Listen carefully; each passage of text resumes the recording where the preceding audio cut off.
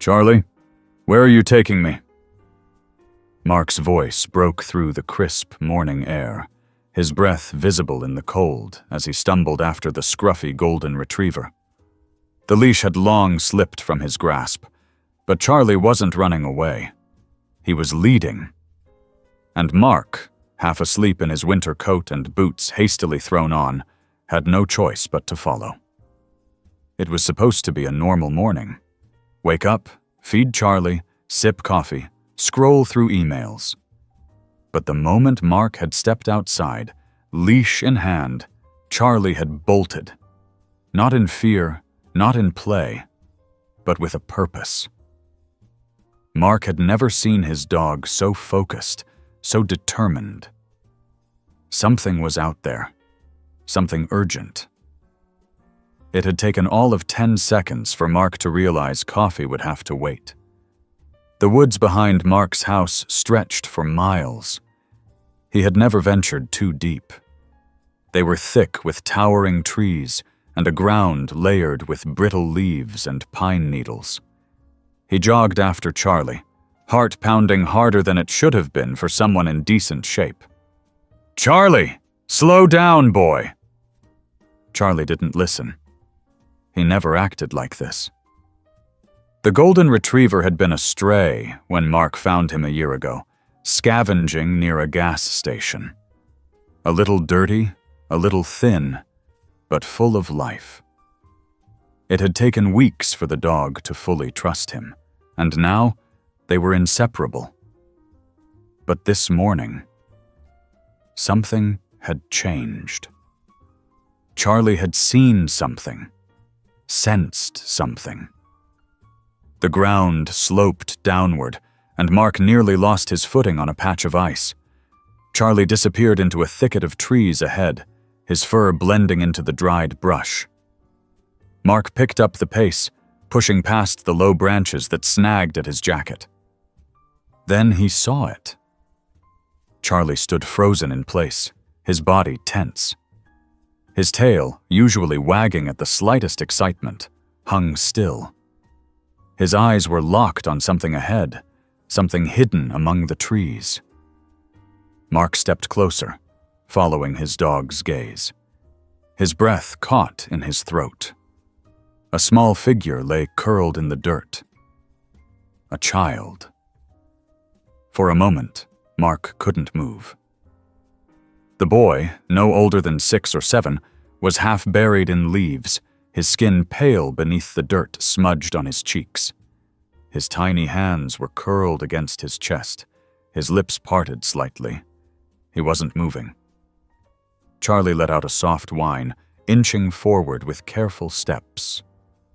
Mark dropped to his knees, his hands hovering uncertainly before finally pressing 2 fingers to the child's neck. The skin was cold. But then, a pulse. Faint, but there. He was alive.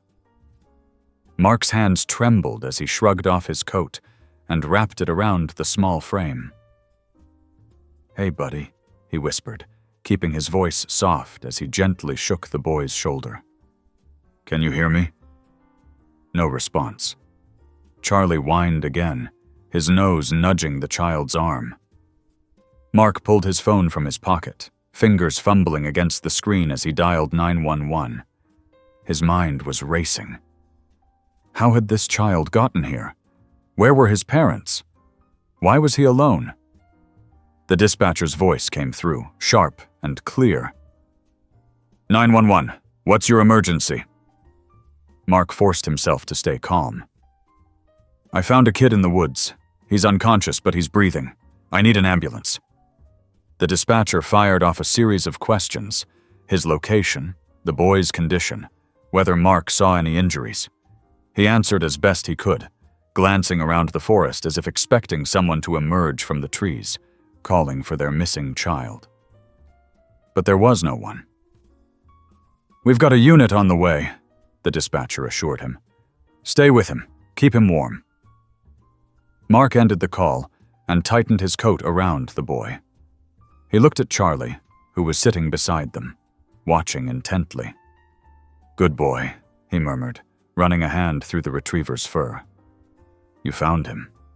You saved him. Charlie's tail thumped against the dirt just once, but he didn't relax.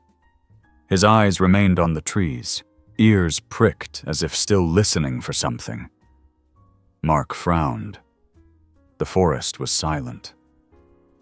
Too silent. The boy let out a small, shuddering breath. His eyelids fluttered, and for the first time, Mark saw his eyes. A striking shade of blue, wide with confusion and something else. Fear. Mark smiled, trying to be reassuring. Hey, buddy, you're safe now. Can you tell me your name? The boy's lips parted, but no words came. His chest rose and fell in quick, uneven breaths. He tried to sit up, but Mark gently pressed a hand to his shoulder. Easy. Help is on the way. The boy's fingers tightened in the fabric of Mark's coat. His voice came out hoarse, barely a whisper. They're still out there. Mark's breath caught. He glanced at the trees again. The hairs on the back of his neck stood up. Who? He asked carefully. Who's out there? The boy's gaze darted past Mark, into the forest. His small body trembled. The bad men. A chill that had nothing to do with the cold crept down Mark's spine.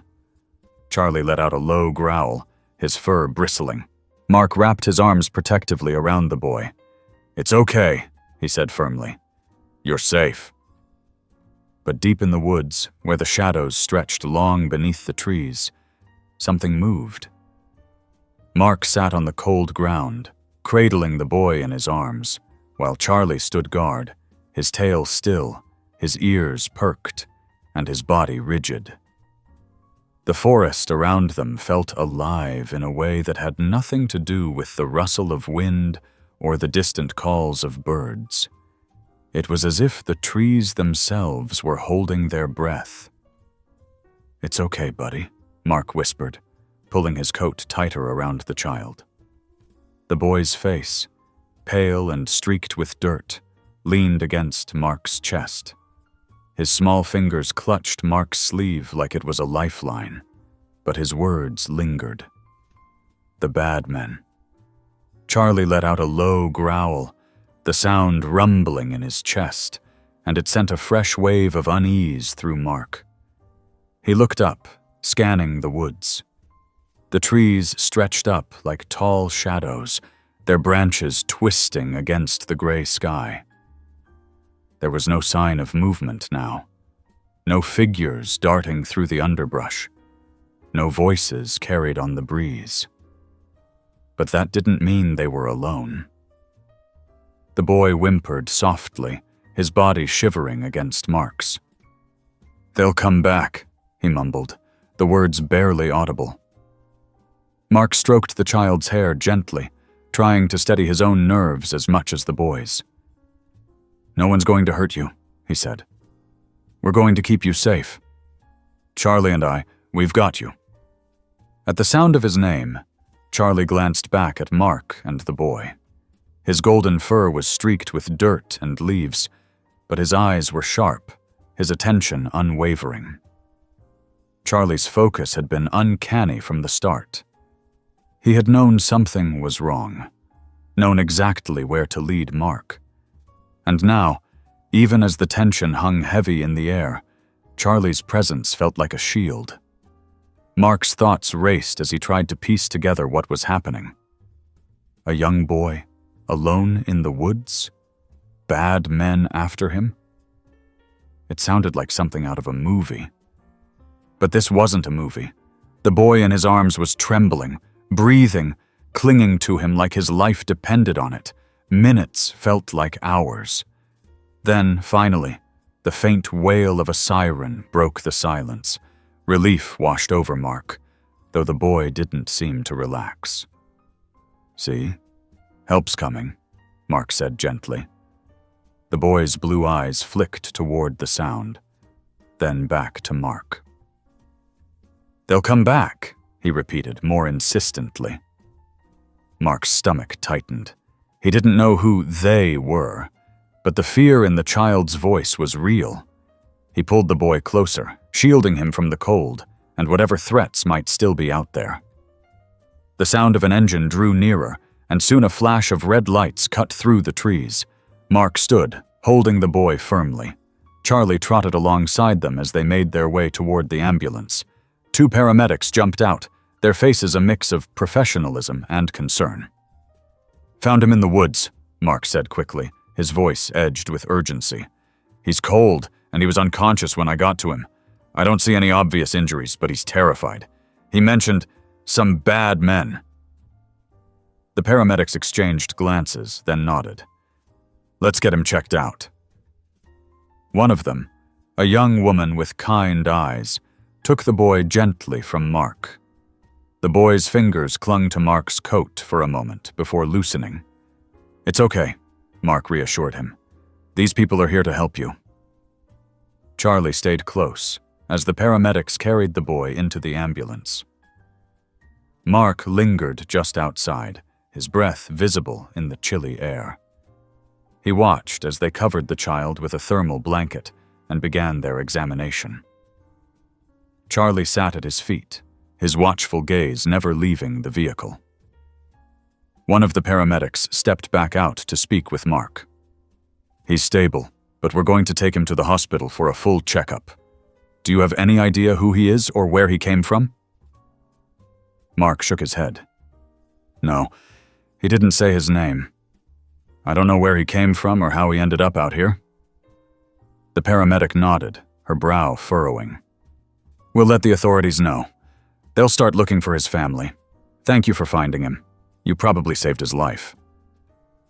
Mark looked down at Charlie, whose tail wagged just once. "It wasn't just me.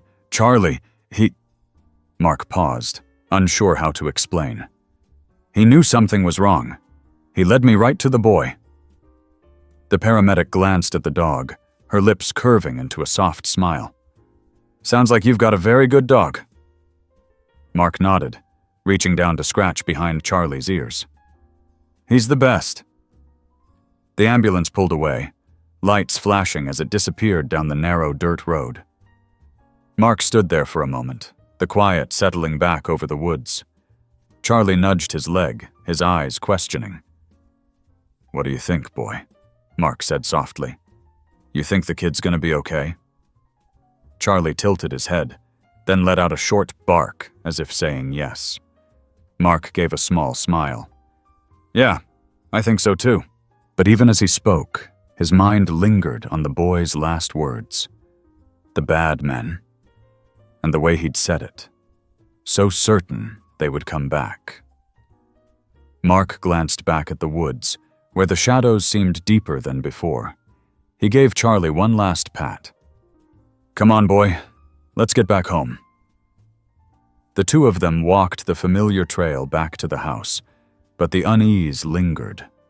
The boy was safe for now, but Mark couldn't shake the feeling that this was only the beginning of something much bigger. As Charlie trotted by his side, Mark couldn't help but wonder what they might have stumbled into, and whether they had truly left the danger behind in those woods. Mark sat on the edge of his worn-out sofa, staring at the phone in his hands. It had been nearly 2 days since he'd called the paramedics, and despite the boy being safe at the hospital, Mark couldn't shake the feeling that he'd just scratched the surface of something much larger. Charlie lay sprawled across the carpet, his chin resting on his front paws. Every so often, he'd glance at Mark, as if checking on his owner's state of mind. Mark took a deep breath, finally dialing the number the hospital had given him. It rang twice before a woman's voice answered. "Children's Medical Center. How can I help you?" "Hi, my name's Mark Hill. I was the one who found that boy in the woods the other day. I was wondering if I could check on him, see how he's doing." "One moment, please." The line clicked, and Mark leaned back, one hand on Charlie's head, scratching absent-mindedly behind his ears. Charlie thumped his tail once, but his gaze remained fixed on Mark's face. The hold music played softly, a generic melody meant to soothe anxious callers. But it didn't do much for Mark. After a few minutes, the same voice returned. "Thanks for holding, Mr. Hill. The boy is stable, still under observation, but I'm afraid we can't share much more than that. He hasn't spoken much yet, but he's doing okay." Mark nodded, even though she couldn't see him. "Thanks for letting me know." "Of course. Is there anything else I can help you with?" "No, that's it. Thanks." Mark hung up and stared at the blank screen. It was good news, technically, but it didn't answer his bigger questions. Who was this boy? Where had he come from? And what exactly had he been running from? Charlie lifted his head and nudged Mark's leg. Mark looked down, meeting the dog's gaze. "What do you think, Charlie? Should we just let it go?" Charlie huffed softly, his tail wagging just enough to rustle the carpet. Mark sighed. "Yeah, I didn't think so." The woods where he'd found the boy had always felt ordinary. They were a patch of green that most people ignored, sandwiched between suburban developments and an old, seldom-used hiking trail. He'd walked Charlie there hundreds of times without ever running into another soul. Yet now, those trees seemed different, hostile, maybe even dangerous. Mark couldn't ignore it. There was something more going on, and for some reason, he felt responsible for finding out what. The next morning, after his usual coffee and a quick breakfast, Mark grabbed his jacket and called Charlie. The golden retriever perked up immediately, bounding to the door. "Let's go," Mark said, clipping on the leash. "Time for another walk." The neighborhood was quiet as they set off. Most of the houses were still dark, their occupants either sleeping in or rushing through their morning routines behind drawn curtains. The air was cold and sharp, carrying the faint scent of wood smoke from a distant chimney. Mark led Charlie toward the edge of the neighborhood, where the pavement ended and the woods began. As they reached the trailhead, Charlie tugged at the leash, eager to move deeper into the trees. Mark hesitated, glancing around. The forest seemed different now, more alive. Shadows shifted as the wind stirred the branches, and the morning light struggled to penetrate the thick canopy. "Easy, boy," Mark murmured, though he wasn't sure if he was trying to calm Charlie or himself.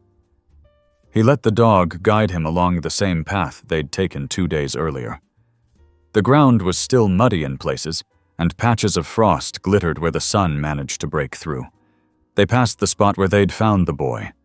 The disturbed leaves and trampled underbrush were a stark reminder that this wasn't just some story he'd heard about on the news. He'd been here. He'd seen it. Charlie paused, his nose to the ground, sniffing intently. His tail wagged once, then stopped. Mark followed his dog's lead, scanning the area. There was nothing obvious, no footprints, no clothing, no discarded belongings, just trees, leaves, and the occasional broken branch. "Find anything?" Mark asked, crouching beside Charlie. The dog sniffed again, then looked up at Mark with curious eyes. Mark shook his head. Guess not. They continued on, following the trail until it curved and opened into a small clearing. Mark stopped, hands on his hips, taking in the scene. The clearing was unremarkable, just a patch of grass and a few fallen logs, but something about it felt off. It wasn't what he saw, but what he didn't see. No birds, no squirrels, not even the distant hum of traffic. It was too quiet. Charlie's ears perked up, and his gaze fixed on something at the edge of the clearing. Mark turned, squinting at the trees. At first, he saw nothing unusual. Then, just as he was about to dismiss it, he caught a flicker of movement, a dark shape slipping between the trees. His heart jumped, and he tightened his grip on the leash. "Hello?" he called out, his voice steady but loud enough to carry. "Is someone there?" No response. The woods remained silent, and the shape was gone. Charlie growled low in his throat, his body tense. "Let's keep moving," Mark said quietly, urging Charlie back toward the trail. As they walked, his mind raced. Was it just his imagination? A trick of the light? Or had there really been someone there? And if so, who? The boy's words came back to him. "They'll come back." Mark felt a chill that had nothing to do with the morning air. He quickened his pace, eager to leave the woods behind. But as they stepped back onto the pavement and into the familiarity of the neighborhood, the unease lingered. Something wasn't right. Something was out there. For the rest of the day, Mark tried to focus on his usual routine. He worked through his emails, walked Charlie around the block, and even called a friend to catch up. But no matter what he did, his thoughts kept circling back to the woods and the boy. Every so often, he'd glance out the window, half expecting to see someone standing at the edge of his yard. That night, as he lay in bed with Charlie snoring softly at his feet, Mark stared at the ceiling, his mind running through every possibility. The boy had been terrified, not just cold or hurt. He'd been afraid of someone. And if those people were still out there, that meant the boy wasn't safe. Maybe no one was. The next morning, Mark made a decision. He wasn't just going to sit around and wait for answers. He was going to find them. He packed a small bag with water, snacks, and a flashlight. Charlie watched him the whole time, his tail wagging slightly, as if sensing an adventure. "All right, buddy," Mark said, kneeling in front of the dog. "We're going back out there, but this time we're not coming back until we figure out what's going on." Charlie barked once, his tail wagging in earnest now. Mark smiled, scratching behind his ears. "Let's do this."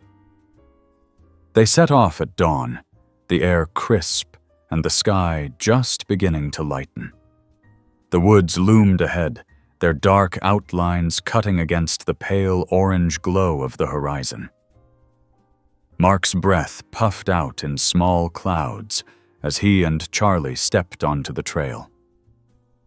It felt different this time.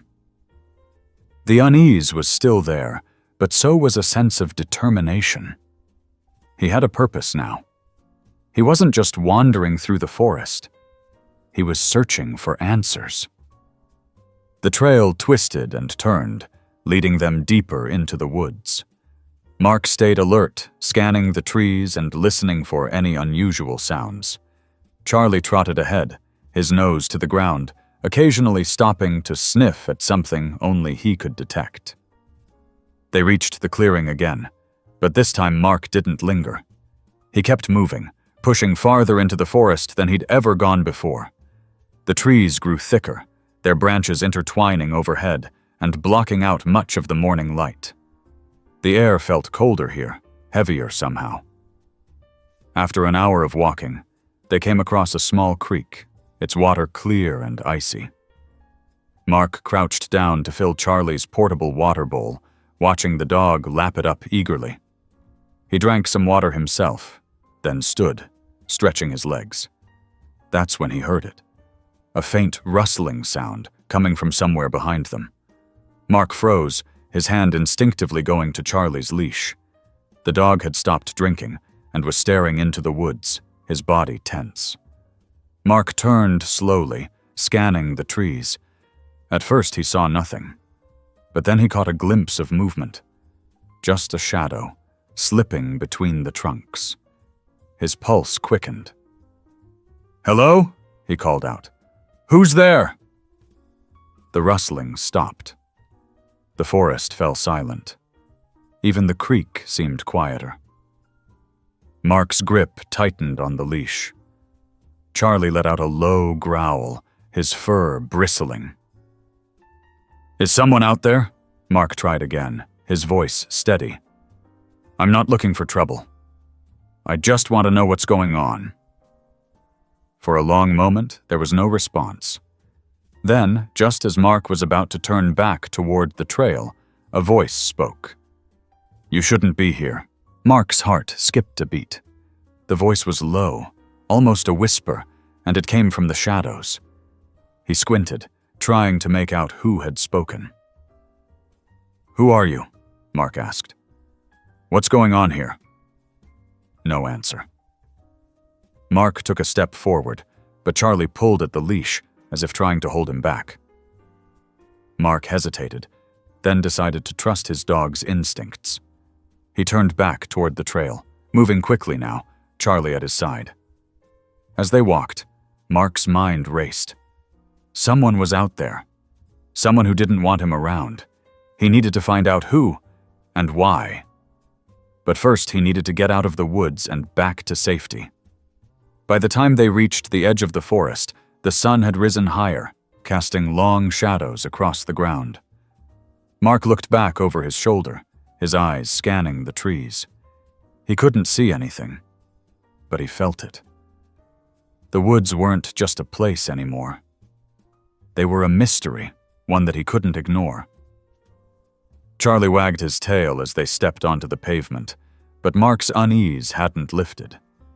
He had more questions now than ever before, and he wasn't going to stop until he found the answers. Mark paced the living room, his phone pressed to his ear as Charlie watched him from the rug. The dog's head tilted slightly, his ears perked as if he was trying to follow the conversation. Mark's tone was low, steady, but the tension was clear. "So you're saying there's no record of any missing kid in the area?"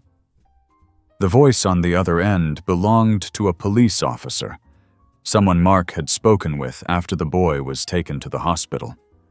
"That's right. No reports, no calls, nothing. We've checked the state database, local records, even the neighboring counties. No one's reported a child matching his description." Mark frowned, running a hand through his hair. "That doesn't make any sense. He's gotta belong to someone."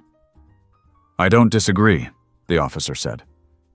"But until someone comes forward or the boy can tell us more, we don't have much to go on. Right now, he's being taken care of by social services. They're trying to figure out the next steps." Mark sighed, lowering himself into a chair. Charlie padded over, resting his head on Mark's knee. Mark absently scratched behind the dog's ears. "All right, thanks for letting me know." "Sure thing. And Mr. Hill?" "Yeah? If you hear anything at all, let us know right away." "Will do." Mark hung up and stared at his phone, his thumb hovering over the screen. The whole situation didn't sit right with him. A boy found alone in the woods, no parents, no missing persons report, and no clear answers. It was as if the child had appeared out of thin air. Charlie let out a soft whine, and Mark looked down at him. "You feel it too, don't you, boy?" The dog wagged his tail just slightly, his brown eyes meeting Mark's. Mark gave a faint smile and leaned down to press his forehead to Charlie's. "Good boy." Later that evening, after a dinner of leftovers and a long walk around the block, Mark found himself standing at the edge of the woods again. The sun was setting, casting long shadows across the ground. Charlie sat beside him, his tail thumping gently against the dirt. Mark stared into the trees, his thoughts swirling. Something about the forest was pulling at him. He didn't believe in the supernatural or anything like that, but he couldn't deny that the woods felt different since he'd found the boy. It wasn't just the eerie quiet or the way the light seemed dimmer. It was a feeling, a sense that something was watching. Charlie stood and took a few steps forward, his nose to the ground. Mark hesitated, then followed. He hadn't planned on going back in, but Charlie seemed insistent. The dog trotted ahead, not running this time, just walking with purpose. Where are you taking me, huh? Mark muttered. But he didn't stop. He trusted Charlie. If the dog thought there was something worth investigating, Mark was willing to follow. The woods grew darker as they walked, the tall trees blocking out the last rays of sunlight. Mark turned on the flashlight he'd brought, its beam cutting through the gloom. Charlie's golden fur glinted in the light as he sniffed at the underbrush, his tail wagging slightly.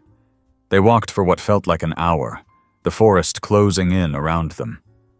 Mark's boots crunched on the frost-covered leaves, and his breath puffed out in white clouds.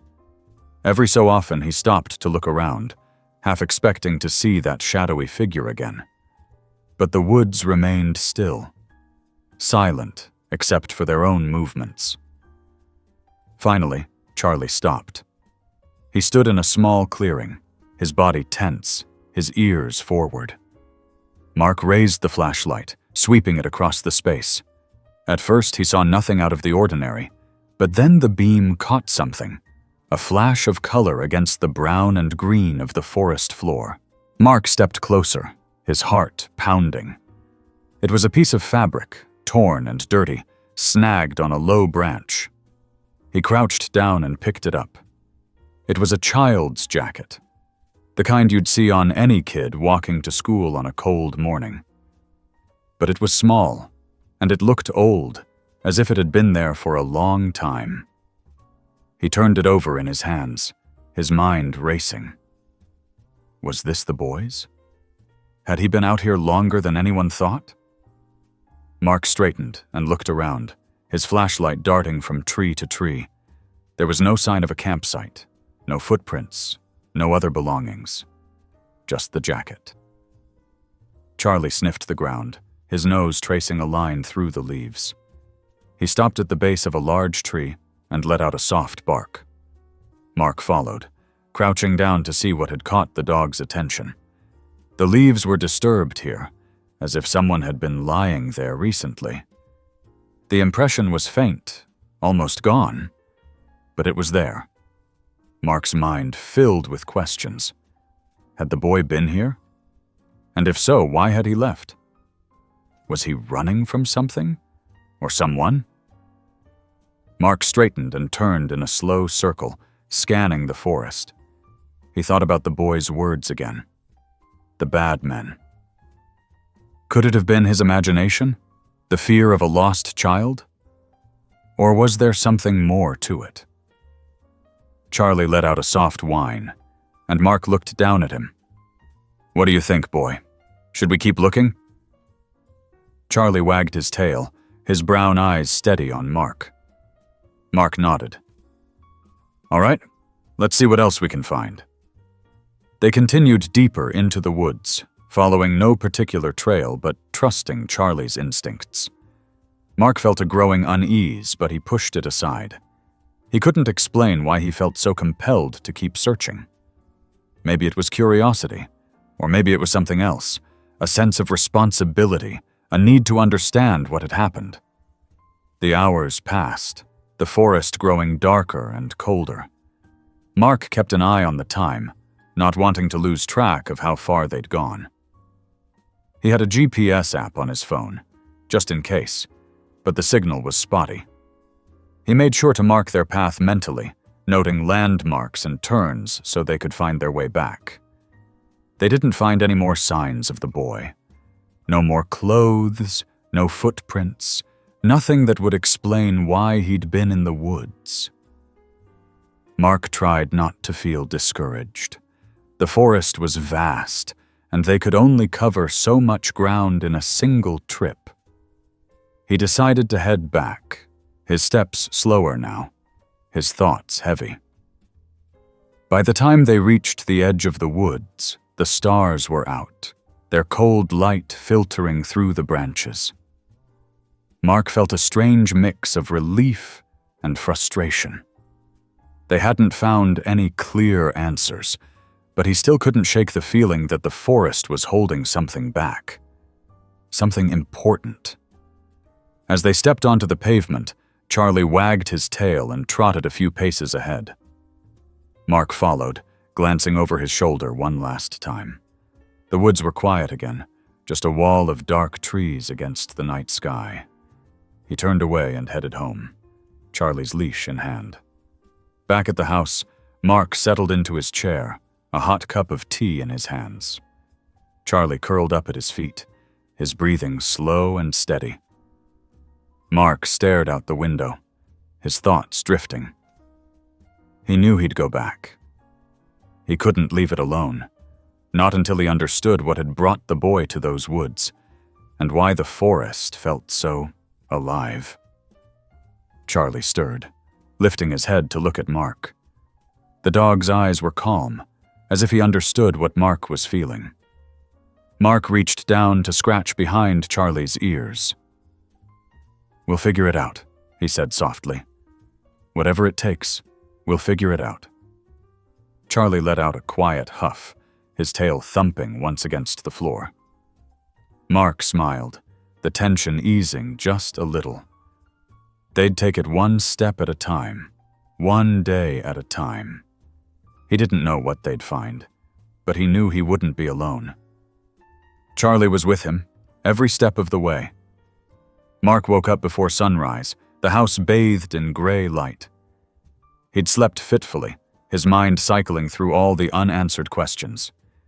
He thought of the boy's pale face, his trembling voice, and that single haunting phrase, "the bad men." But it wasn't just the boy's words that kept replaying in Mark's mind. It was the feeling, the undeniable pull he'd felt in the woods, the sense that something out there still needed to be discovered. Charlie's soft whine broke his train of thought.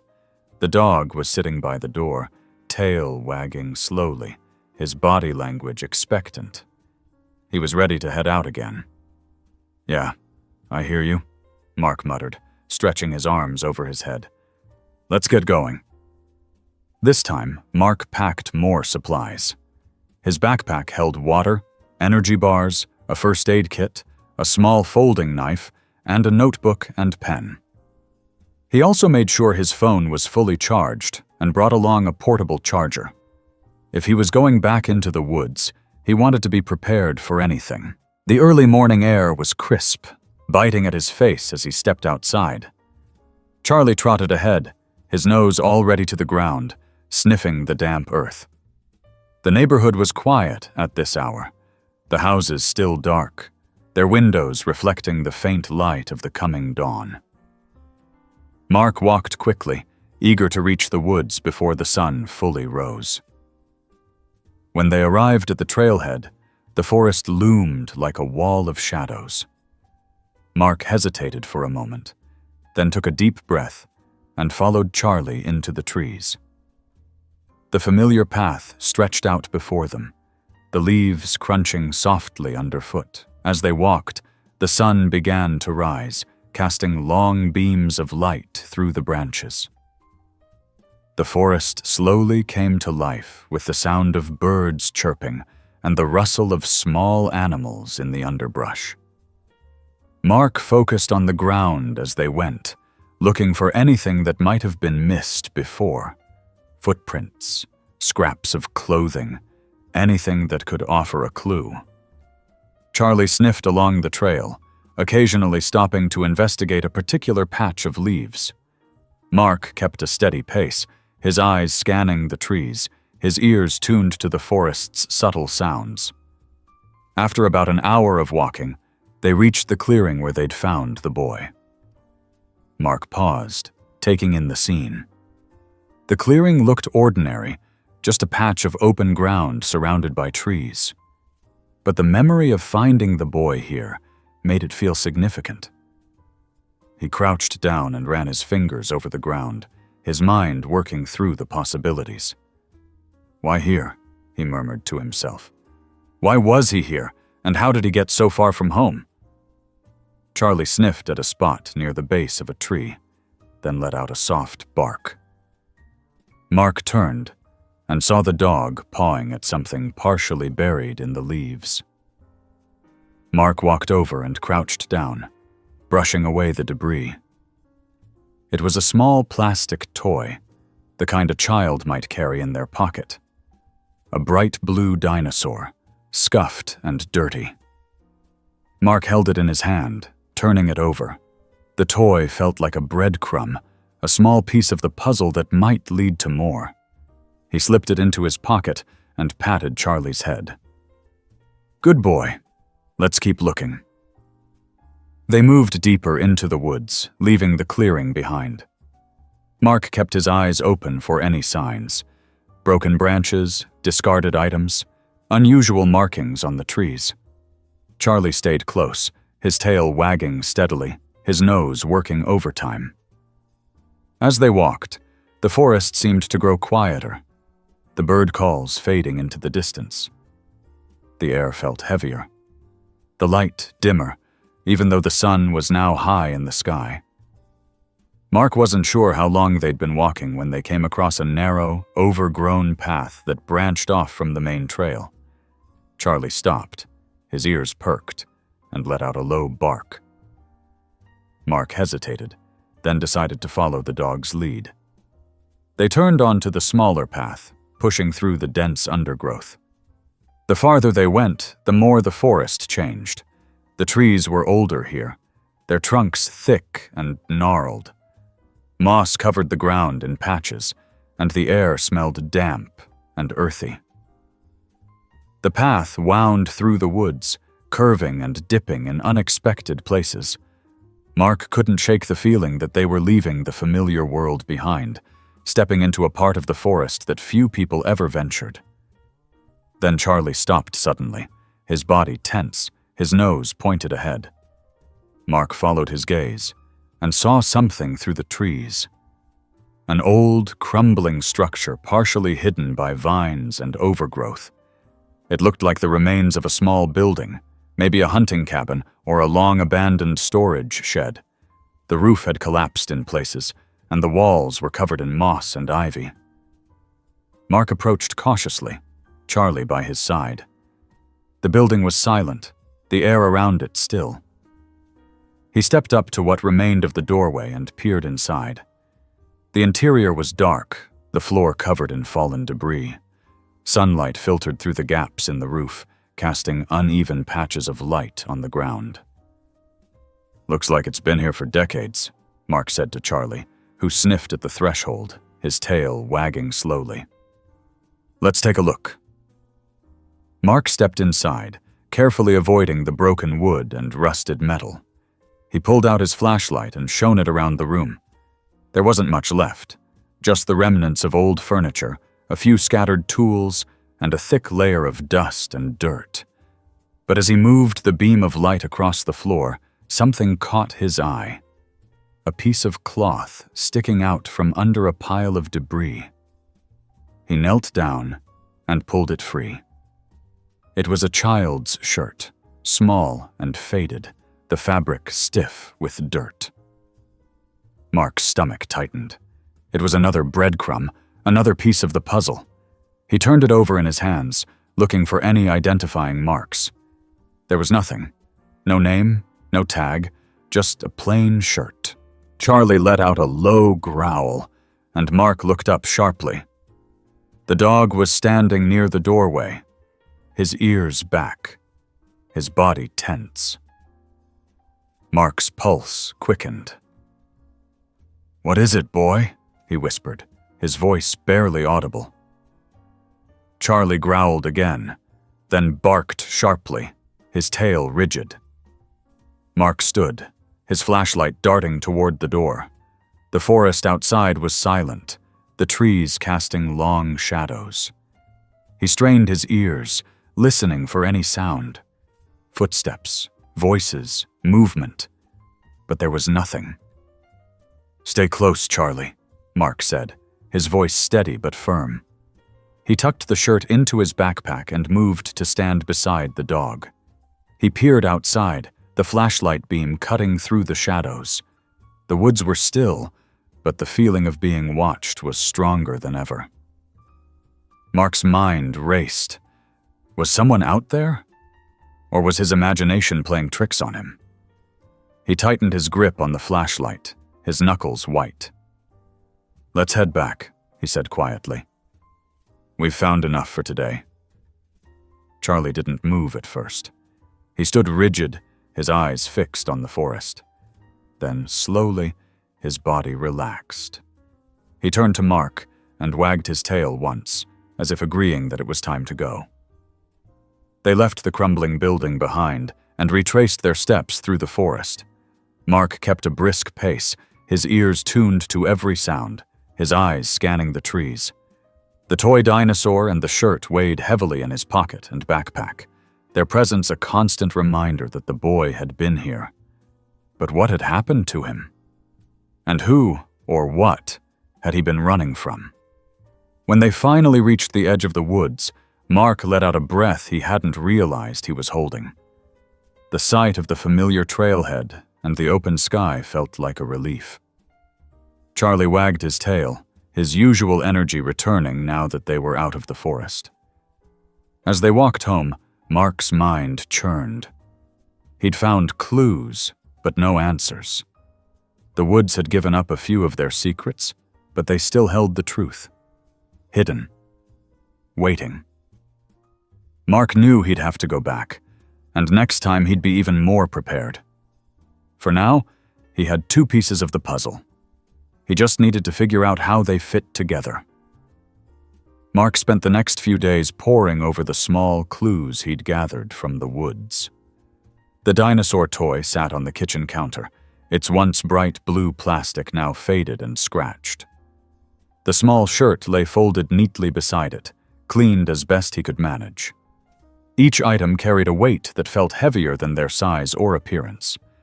They were fragments of a larger picture that Mark couldn't quite see yet, but he was determined to piece it together.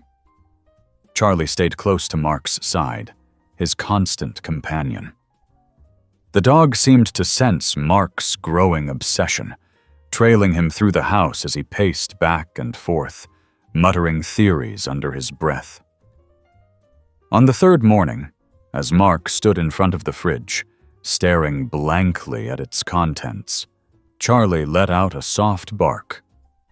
Mark glanced down at him. "What's up, boy?" Charlie wagged his tail and walked over to the door, his nose pressed against the crack. Mark hesitated, then closed the fridge and grabbed his jacket. "All right," he said.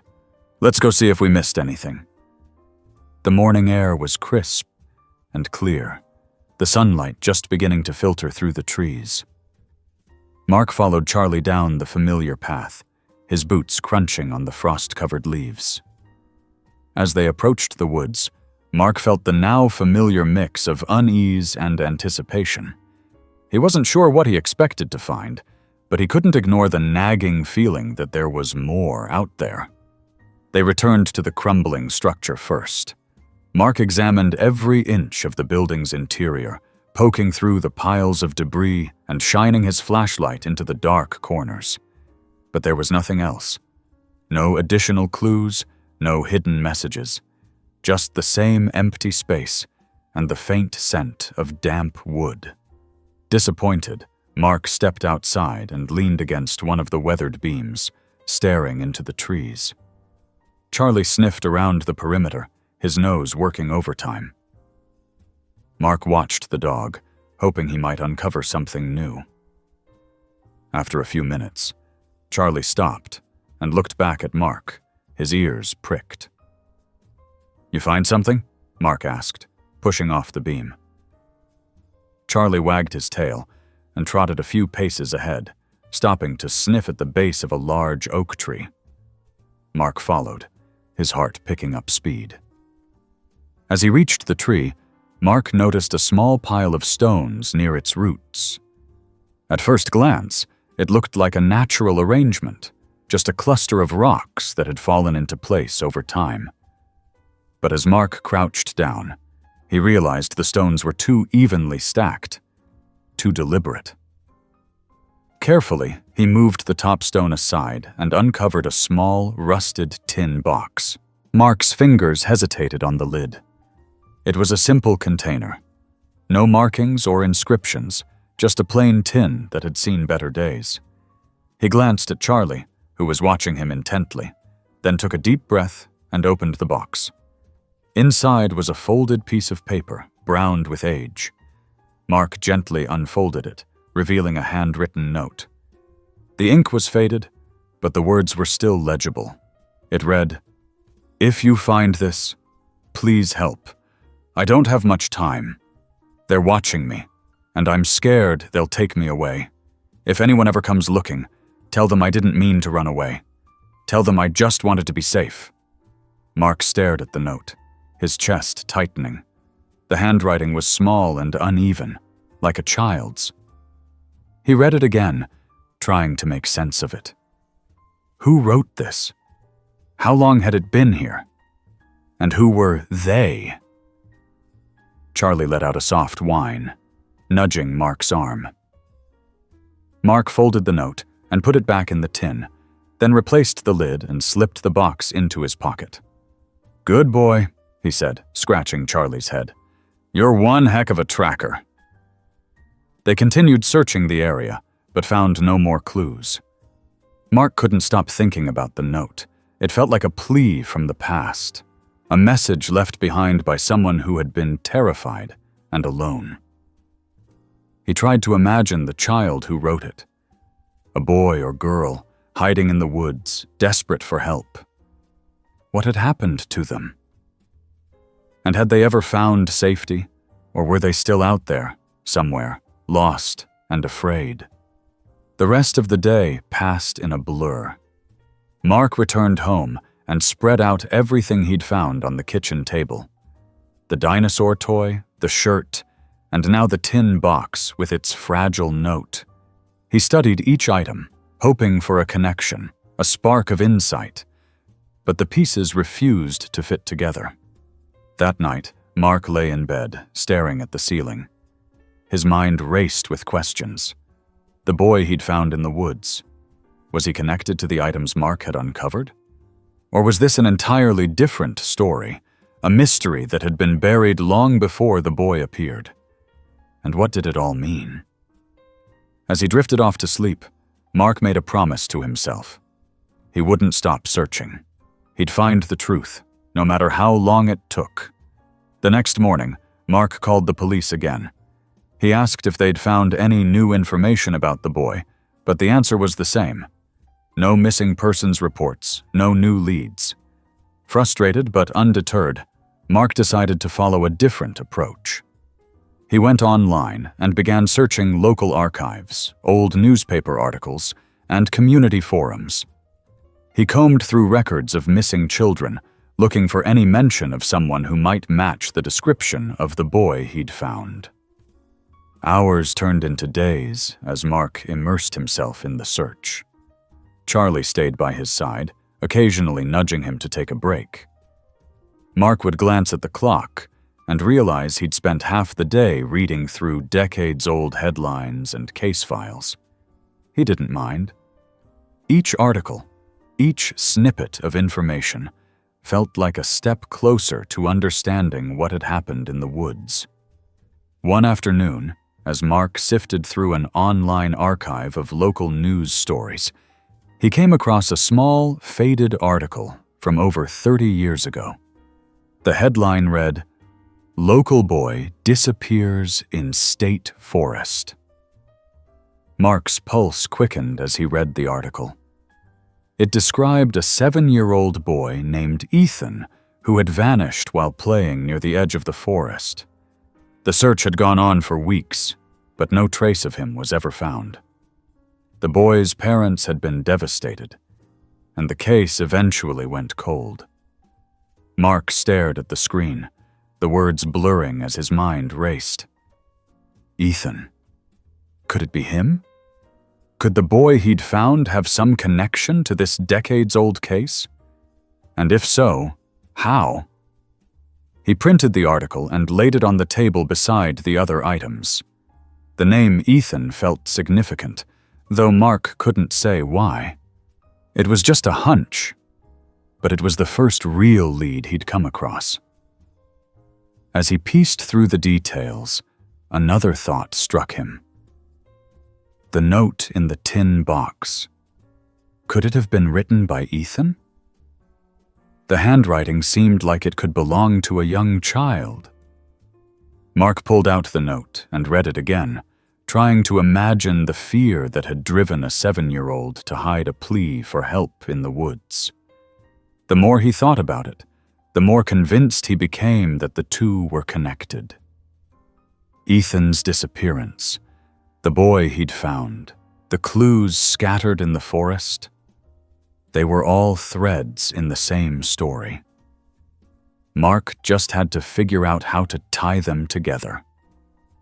He spent the next few days diving deeper into the mystery. He reached out to local historical societies, trying to find more information about Ethan's case. He searched for old maps of the forest, hoping to find clues about the crumbling structure and the overgrown path. And he continued to walk the woods every day, following Charlie as the dog sniffed out anything that seemed out of place. The woods became a second home, a place where Mark felt both challenged and drawn. Each trip brought him a step closer to the truth, though he still didn't know exactly what that truth was.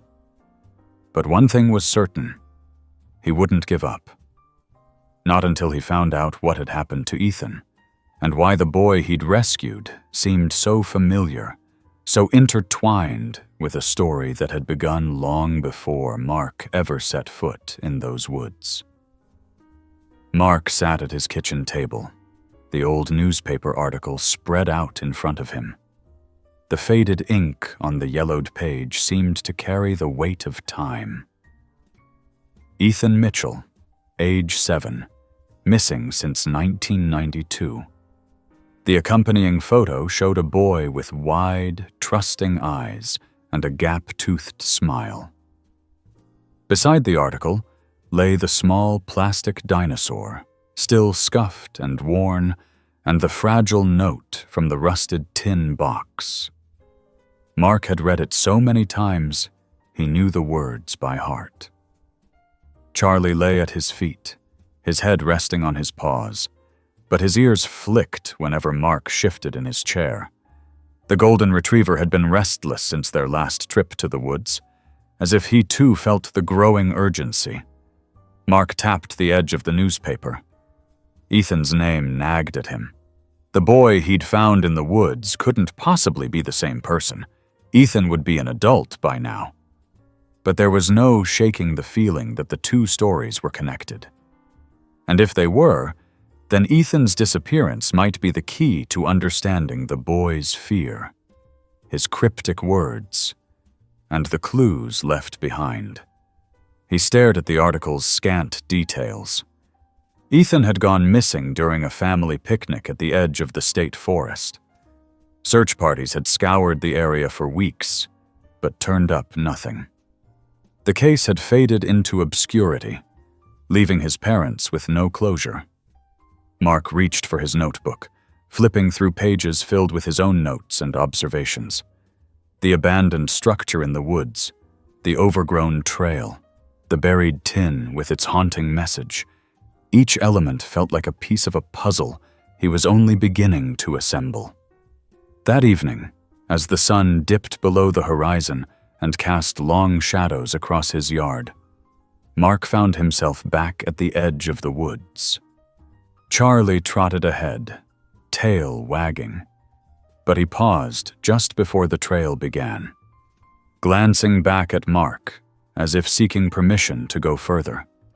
Mark took a deep breath. "All right, boy, let's see what else we can find." The forest seemed quieter than before, the air heavier. Mark followed the same path as last time, passing the crumbling structure and the large oak where he'd found the tin box. But this time, he didn't stop. He pressed on, moving deeper into the woods. The terrain grew more rugged, the trees older and closer together. Charlie led the way, his nose to the ground, his movements purposeful. Mark wondered what the dog was picking up on, what scent or instinct was guiding him. Every so often, Charlie would pause, sniffing intently at a patch of earth or the base of a tree, before moving on. They came to another clearing, smaller than the first, surrounded by a ring of ancient pines. The ground here was softer, covered in a thick layer of moss. Charlie stopped in the center and looked up at Mark, his ears perked. Mark knelt down, running his hands over the moss. It felt cool and damp beneath his fingers. He didn't see anything unusual, no broken branches, no discarded objects. But Charlie was still watching him, his expression expectant. "What is it, boy?" Mark murmured. He reached into his backpack, pulling out his flashlight. As the beam swept across the clearing, he noticed something faint, an indentation in the moss, almost imperceptible. He leaned closer, shining the light directly on it. The impression was roughly the size of a child's foot. Mark's heart quickened. He followed the faint trail of impressions, moving slowly, carefully. They led out of the clearing and down a gentle slope. Charlie stayed close, his tail wagging slightly as he followed the path. At the bottom of the slope, Mark came across another clue, a scrap of fabric snagged on a thorny bush. It was small, like the other items he'd found, and faded with age. He tucked it into his pocket, making a mental note to compare it to the shirt he'd found earlier. The trail ended at a shallow stream. The water was clear, reflecting the growing moonlight. Mark knelt at the edge, scanning the opposite bank. Charlie sniffed at the ground, his movements more deliberate now. Mark's gaze caught on something just across the stream. He waded through the water, the cold soaking through his boots, and crouched on the other side. Half buried in the mud was another small toy, a red truck, its paint chipped and wheels missing. Mark picked it up, turning it over in his hands. "These aren't just random," he muttered to himself. "Someone left these here." Charlie whined softly, standing beside him. Mark looked around, his flashlight beam cutting through the darkness. There were no other obvious signs, but the collection of items was growing. A dinosaur, a shirt, a note, and now a toy truck. All child-sized, all leading him deeper into the forest. He made his way back across the stream and up the slope, carefully retracing his steps. The woods seemed more alive now, the rustling of leaves louder, the shadows deeper. Mark couldn't shake the feeling that he was being drawn further into a story that had been waiting for someone to uncover it. When he reached the clearing again, he paused to catch his breath. Charlie sat beside him, his tail wagging gently. Mark knelt down, placing the red truck on the mossy ground alongside the other items from his bag. The objects formed a small collection, each one carrying a story he didn't yet fully understand. "Why would someone leave these out here?" Mark said aloud. He looked at Charlie, as if the dog might answer. "And who left them? A kid?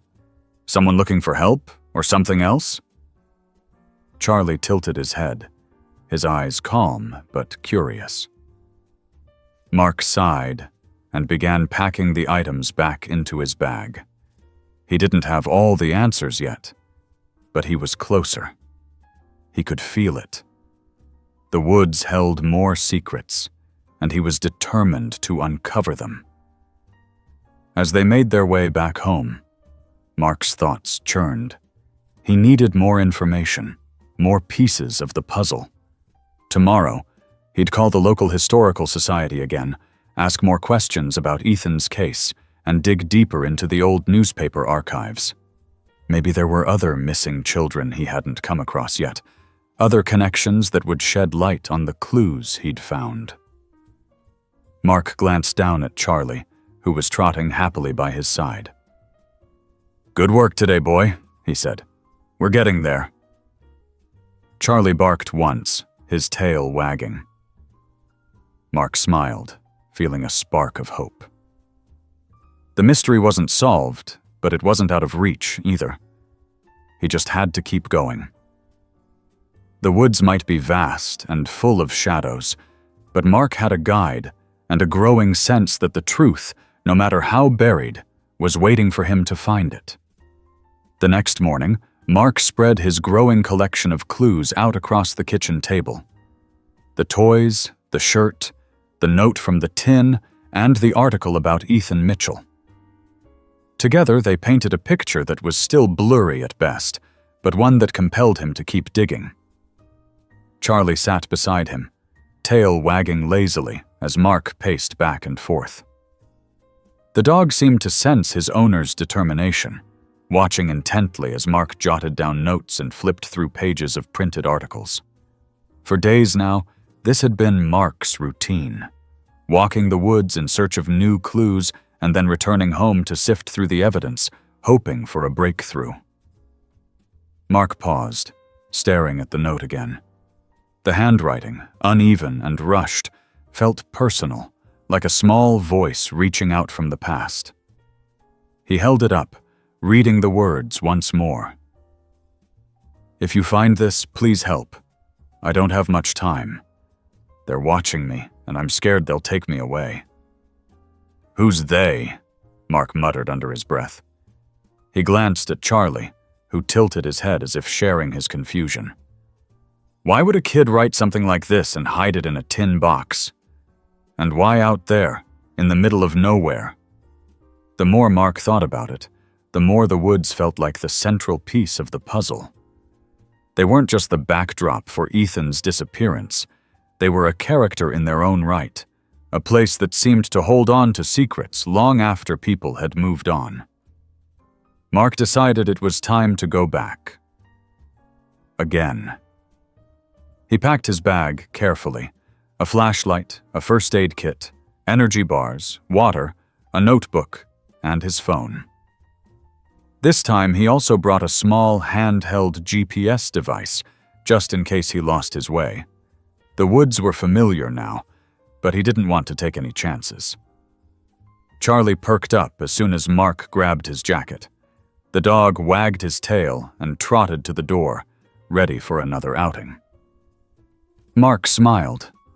"All right, boy, let's see what else we can find." The morning was crisp, the air carrying the earthy scent of damp leaves and pine. Mark followed the same path as before, his boots crunching on the frosted ground. The sunlight filtered through the trees, creating dappled patterns on the forest floor. As they walked, Mark kept his eyes open, scanning for anything that might have been overlooked on previous trips.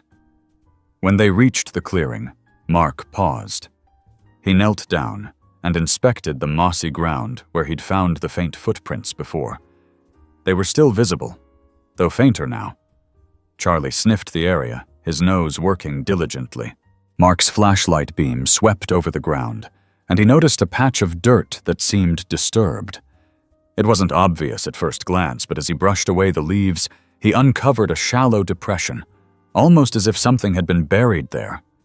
He set his flashlight down and used his hands to gently dig through the loose soil. After a few moments, his fingers hit something solid. Pulling it free, he realized it was an old metal lunchbox, its surface rusted and dented. He opened it carefully, the hinges creaking with age.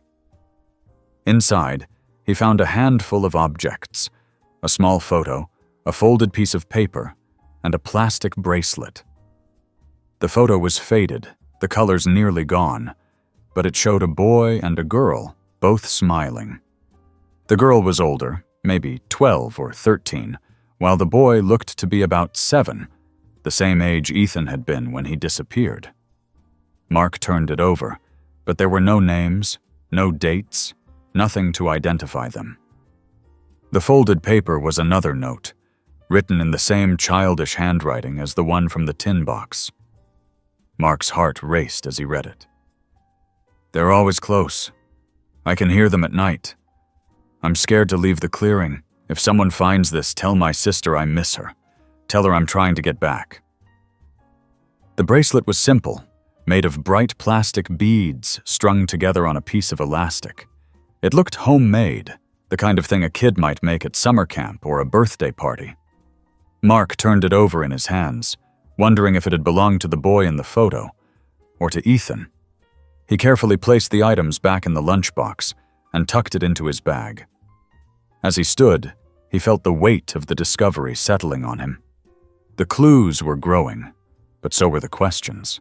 Who were the boy and the girl in the photo? Were they Ethan and his sister, or someone else entirely? And what had scared the boy so much that he'd leave behind these desperate notes? Charlie nudged Mark's leg, his tail wagging softly. Mark scratched behind the dog's ears. "Good boy. Let's keep looking." They pressed on, moving deeper into the forest. The trees grew denser, their branches forming a canopy that filtered out much of the sunlight. The air felt colder here, the ground softer and more uneven. Mark's pace slowed as he scanned the area, searching for any sign of more hidden clues. After another hour of walking, they came across a small stream. Charlie waded into the water, drinking eagerly, while Mark sat on a fallen log to catch his breath. He pulled out his notebook and began jotting down everything he'd found so far. The tin box, the note, the shirt, the toys, the lunchbox. Each item felt like a piece of a puzzle that was still missing its edges. As he wrote, a sound caught his attention. A faint rustling in the underbrush. He froze, his hand still on the page, and strained his ears. Charlie lifted his head, his ears perking up. Mark slowly reached for his flashlight, shining it toward the source of the sound. At first, he saw nothing, just the dense undergrowth and the towering trees. But then, just beyond the beam of light, he caught a glimpse of movement. "Hello?" he called out, his voice steady. The rustling stopped. The woods fell silent. Even the stream seemed quieter. Mark felt a chill run down his spine. He stood slowly, his flashlight scanning the area. Charlie let out a low growl, his body tense. "Is someone there?" Mark tried again. "I'm not looking for trouble, just trying to figure out what's going on out here." The silence stretched on, heavy and oppressive. Then, just as Mark was about to lower his flashlight, he heard it. A faint, whispering voice. It was too quiet to make out the words. But it was there, unmistakable. "Who's there?" Mark demanded, his heart pounding.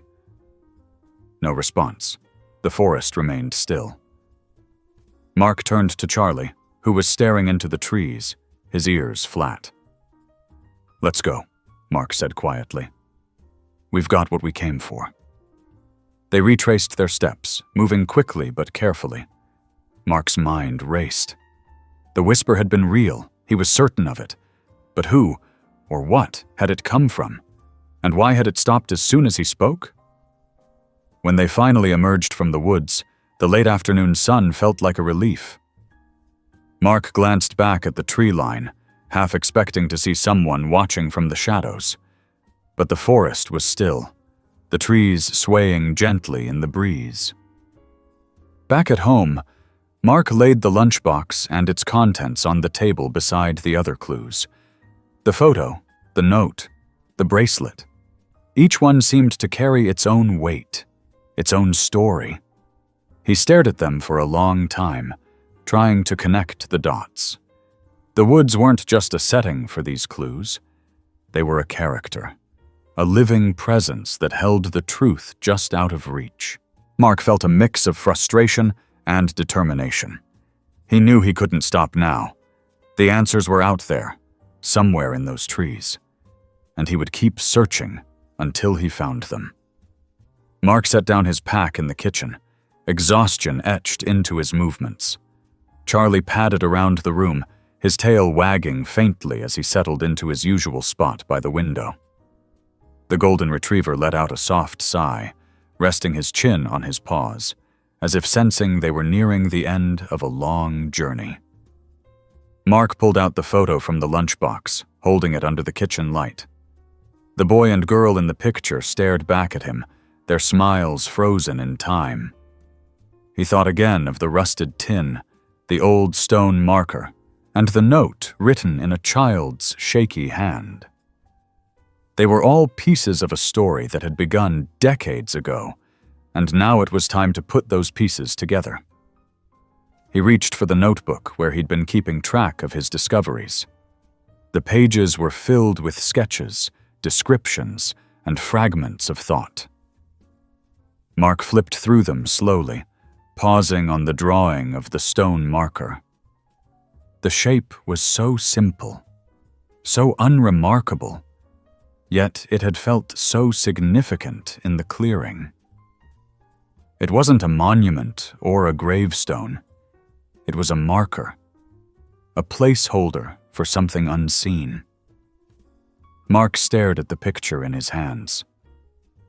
Could the boy in the photo really be Ethan Mitchell, the child who vanished all those years ago? The resemblance to the boy he'd found in the woods was striking. The same wide eyes, the same shape of the face. And the girl? Mark's best guess was that she was Ethan's sister, the one mentioned in the notes. The notes. Mark picked up the crinkled paper and read it again, letting the words sink in. If someone finds this, tell my sister I miss her. Tell her I'm trying to get back. The boy had been trying to return to someone, to somewhere. The note had been written in fear, the kind of fear that left its mark long after the ink dried. Who had taken him? Who were the they he wrote about? Mark leaned back in his chair, running a hand over his face. The weight of it all pressed down on him. He thought about the boy he'd found in the woods, the one he'd turned over to the authorities. The boy had said so little, yet his presence had brought all of this to the surface. Had that child been running from the same danger that Ethan feared? Was it all part of the same, decades-long shadow? He thought about the stone marker again. Mark had felt an almost magnetic pull toward it, as if it held some kind of answer. It was old, older than the disappearance itself, yet it seemed tied to everything. The boy's note had been buried nearby, and the clearing around the marker felt like a hidden heart of the forest. What had he been trying to tell whoever found it? What did the marker signify? Mark's thoughts were interrupted by a knock at the door. He set down the photo and stood, his heart picking up its pace. Charlie barked once, then trotted to the door, tail wagging as if expecting a friend. Mark opened it cautiously. A man in his late 50s stood on the porch wearing a brown jacket and a worn baseball cap. His face was lined, his eyes tired but kind. "You Mark Hill?" the man asked. Mark nodded. "That's me. Can I help you?" The man shifted his weight, pulling off his cap and holding it in both hands. "Name's Tom Mitchell. I think you found something that belongs to my family." Mark's breath caught. Mitchell. The name was right there in the old article. He stepped aside, motioning for the man to come in. "Please, come in." Tom stepped inside, his eyes scanning the room before settling on the objects on the table. He froze when he saw the photo. "That's my brother," he said, his voice catching. "And my sister. Where did you find this?" Mark hesitated, choosing his words carefully. "I've been spending a lot of time in the woods behind my house. I came across a tin box buried near an old stone marker. The photo was inside." Tom took a deep breath, his gaze fixed on the photo. "That's Ethan and Sarah. Ethan disappeared 30 years ago. We never found him." Mark nodded, his mind racing. "I've been trying to piece together what happened. I found notes, small toys, a shirt. All of it seemed to point back to him." Tom looked at Mark, his expression both hopeful and cautious. "Do you think he's still out there, after all this time?" Mark hesitated. "I don't know, but I think the woods hold the answers. There's something out there, something that's been hidden for years." Tom set his cap down on the table and sat heavily in a chair. "I always hoped we'd find out what happened to him. My parents, they never stopped looking. It broke them. I was just a teenager when he disappeared, but it changed everything." Mark pulled out the notes he'd found and handed them to Tom. "These were buried in the tin. I think Ethan wrote them." Tom read the notes slowly, his hands trembling. When he finished, he set them down carefully. "He was so scared. I can't imagine what he went through." Charlie rested his head on Tom's knee, wagging his tail gently. Tom reached down to pet the dog, a small smile breaking through his somber expression. "He's a good dog," Tom said. "He is," Mark agreed. "He's been with me every step of the way." Tom looked up, his eyes meeting Mark's. "What do we do now? How do we find out the truth?" Mark thought for a moment. "I think we start with the stone marker. It's old, older than the disappearance, but it feels like the center of everything. If we can figure out what it means, we might get closer to understanding what happened." Tom nodded. "Then we go back. Together." The next morning, Mark, Tom, and Charlie set out into the woods. Mark led the way, his pack heavy with supplies and the objects he'd collected. Tom followed close behind, his hands tucked into his jacket pockets. Charlie trotted ahead, his tail wagging steadily. They reached the stone marker by mid-morning. The clearing was just as Mark remembered, quiet, enclosed, almost otherworldly. The stone stood in the center, weathered and unassuming. Tom stared at it for a long time, his expression unreadable. "This is it," Mark said. "This is where I found the notes." Tom knelt down, running his hands over the moss-covered surface.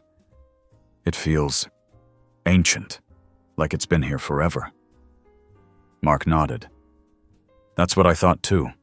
It's not a grave, not a memorial. It's a marker. But for what?" They searched the clearing thoroughly, turning over rocks, digging gently in the soil. They found more small items, fragments of toys, scraps of fabric, nothing definitive, but all hinting at a child's presence. Each discovery brought another wave of questions. As the sun climbed higher, they took a break, sitting on the mossy ground. Mark shared the water and energy bars he'd packed. Charlie lay beside them, his head resting on Tom's boot. For a moment, the woods were still. The only sounds the rustling leaves and distant bird calls. Tom broke the silence. "When I was a kid, my grandma used to tell me stories about these woods. She said they were special, that they held on to things, memories, secrets. I never really believed her, but now..." He shook his head. "Now I'm not so sure." Mark looked around the clearing, feeling the weight of the place. "It does feel different here, like the woods are holding something back." Tom nodded. "Ethan loved this forest. He used to run off and explore for hours. My parents always told him to stay close, but he was curious. He said the woods felt alive, like they were watching him. I thought it was just a kid's imagination. Maybe it wasn't." Mark studied the stone marker again, his mind racing. If the woods hold on to things, then maybe they're waiting for us to find the right question, to ask the right thing. Tom frowned. "What do you mean?" Mark stood, approaching the stone. He placed a hand on its rough surface, closing his eyes. He didn't know exactly what he was doing, but he felt compelled to speak. "What happened to Ethan?" he said aloud, his voice steady. "Why did he disappear?" The clearing remained silent. Mark opened his eyes, feeling a bit foolish. "I thought," he trailed off, but then Charlie barked. The sound was sharp, cutting through the quiet.